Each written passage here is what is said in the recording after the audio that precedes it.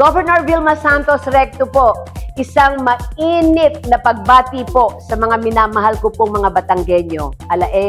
Kayo gay, nakahanda na. Alam niyo po, simula po December 8 hanggang December 13, magbabalik na po ang biggest and grandest festival ng ating pong lalawigan ng Batangas, ang ating pong Alae Festival 2025. Alina ho kayo, sama-sama po nating ipagdiwang ang ating pong mayaman na kultura, ang ating pong makulay na kasaysayan at ang hindi pong matitinag na pagkakaisa po nating lahat dahil po sa isang matatag na Batangas. Alam niyo kung bakit? Ang yaman po ng ating pong mga Batanggenyo ay ang ngiti ng bawat isa.